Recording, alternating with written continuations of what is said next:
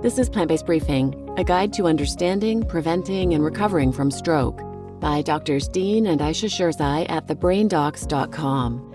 And I'm Marian Erickson, host of this plant-based podcast where I curate and narrate with permission a variety of articles on plant-based and vegan living in about 10 minutes or less every weekday. And I'm thrilled to have permission from Drs. Ayesha and Dean Shirzai to share their amazing content.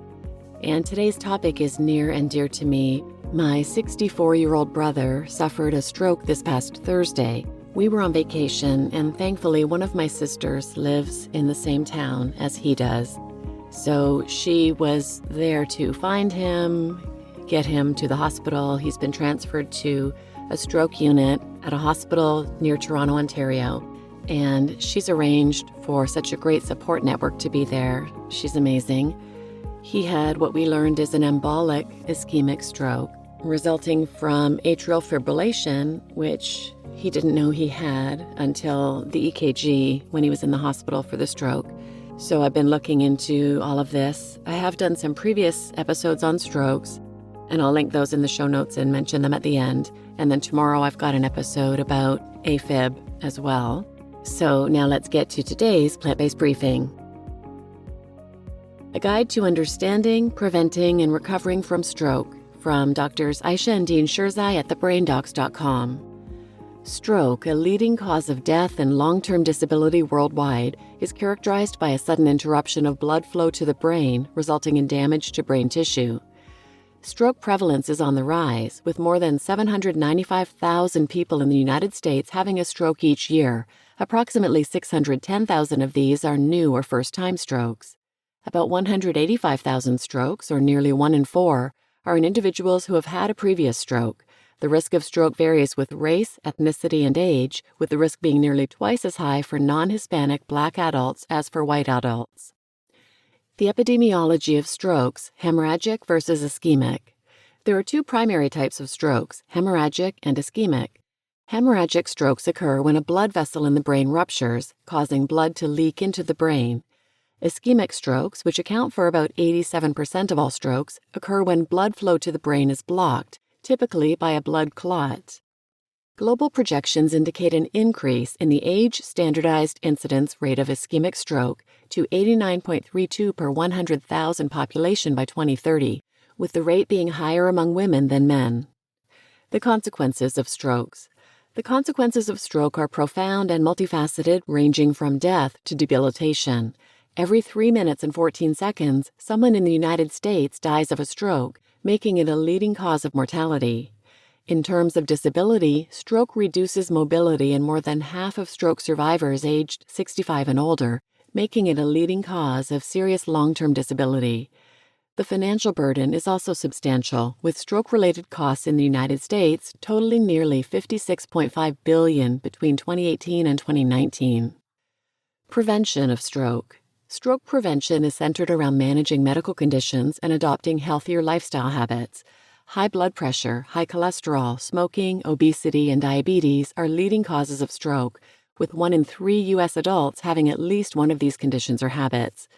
Thus, medical management of these conditions, including medication adherence and regular checkups, is crucial to reduce stroke risk. Lifestyle interventions, such as maintaining a healthy weight, eating a balanced diet, and staying physically active, and refraining from smoking, are also key to stroke prevention. Stroke recovery and rehabilitation. Recovery from a stroke is a long and often challenging process involving both medical and lifestyle management. The most critical driver of functional recovery post-stroke is neural reorganization. Novel strategies for neurorehabilitation aim to promote this recovery of function through a better understanding of the mechanisms enabling plasticity and recovery. Neuroimaging and non-invasive brain stimulation techniques are currently being used to understand how brain plasticity can be modulated to promote the reorganization of neural networks. Furthermore, neurotechnology-based treatment strategies allow for patient-tailored interventions to achieve enhanced treatment responses. It's important to note that the recovery process after a stroke is often divided into phases. The first 24 hours are deemed as the hyperacute phase, the first 7 days as the acute phase, the first 3 months as the early subacute phase, months 4 to 6 as the late subacute phase, and from 6 months onward as the chronic phase. These designations are used because recovery-related processes post-stroke are time-dependent. The most significant improvements often occur in the first few weeks post-stroke, often reaching a relative plateau after 3 months, with less significant recovery subsequently. After 6 months, spontaneous recovery is usually at its limit, leading to a more or less stable, i.e., chronic deficit. Nevertheless, with training or other interventions, improvements of some stroke-induced deficits can even be achieved in the chronic phase, primarily for more cognitive domains like language. It's also crucial to recognize that recovery profiles greatly vary between subjects, with some patients recovering faster and better than others. Therefore, instead of using labels like subacute or chronic that are often implicitly used to indicate a particular potential for improvement, providing absolute numbers on time from stroke onset, example weeks, besides further information about the level of impairment and stroke location, seems to be better suited to acknowledge the complex, non-linear nature of stroke recovery. Rehabilitation is not merely an afterthought in the treatment of stroke, but a crucial component of the patient's journey to recovery. It is an integrated process that aims to restore or compensate for the loss of physical, cognitive, and emotional functions caused by stroke. The ultimate goal is to enhance the stroke survivor's quality of life, maximizing their independence, and aiding them in returning to their usual activities to the best of their ability. Data on the effect of rehabilitation following stroke paints a clear picture of its importance. A systematic review published in the Journal of the American Heart Association in 2016 suggested that post-stroke rehabilitation significantly improves functional recovery and reduces disability. Patients who undergo comprehensive rehabilitation programs show better functional outcomes, more significant improvements in mobility, and higher rates of return to their homes and community life. However, the effectiveness of rehabilitation does not rely solely on the nature of the interventions. The timing of initiation, intensity, duration, and individualization of therapy also significantly influence the outcomes. Early rehabilitation, initiated within 24 hours after stroke, has been associated with improved functional outcomes and reduced complications. Looking to the future, technology is set to play a pivotal role in enhancing the effectiveness and reach of stroke rehabilitation. With the rise of telemedicine, remote rehabilitation services have become more accessible, allowing patients to receive therapy in the comfort of their own homes. This is especially valuable in situations like the COVID-19 pandemic, where healthcare access was restricted. In addition, various digital health technologies are being developed and refined to support stroke rehabilitation.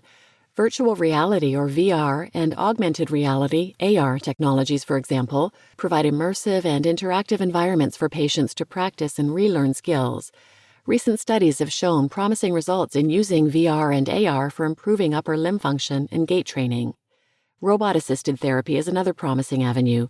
Robotic devices can provide high-intensity, repetitive, task-specific exercises, which are key elements in neurorehabilitation. Moreover, they can deliver therapy with precision and consistency, reducing the physical burden on therapists. Finally, wearable technology and mobile health or mHealth apps are becoming integral parts of personalized and continuous care. Wearable devices can monitor patients' physical activities and vital signs in real time, providing valuable data for individualizing therapy plans. mHealth apps, on the other hand, can provide education, self-management strategies, and real-time feedback, empowering patients to take an active role in their recovery process. In conclusion, understanding stroke, its symptoms, treatment, and rehabilitation is vital for everyone. Stroke is a serious health condition that can profoundly impact an individual's life, but with timely recognition and appropriate intervention, its devastating effects can be mitigated. Knowledge of stroke symptoms can expedite the initiation of life-saving treatments, while familiarity with the rehabilitation process can offer hope and direction during recovery. As we move forward, we anticipate continued advancements in stroke treatment and rehabilitation, particularly with the integration of technology, enhancing the prospects of recovery for stroke survivors. Therefore, let's stay informed, be proactive, and spread awareness, because when it comes to stroke, every second, every action, and every bit of knowledge counts. You just listened to A Guide to Understanding, Preventing, and Recovering from Stroke by Drs. Dean and Ayesha Shirzai at thebraindocs.com. And I'm your host, Marian Erickson. And if you're interested in more episodes about strokes, I'll link these in the show notes, but check out 614, What Not to Eat for Stroke Prevention, 608, Understanding Types of Strokes and How to Prevent Them, 517, A Game-Changing Solution to One of the Most Devastating Diseases of the Brain, Stroke, 506, after a stroke, this doctor reversed her lupus with a plant-based diet. And 338, a life-threatening stroke spurred me to try a plant-based diet, and I've never looked back. And tune in for the next 2 because they'll be related to AFib and stroke as well. So please share this episode with anyone who might benefit, and thanks for listening.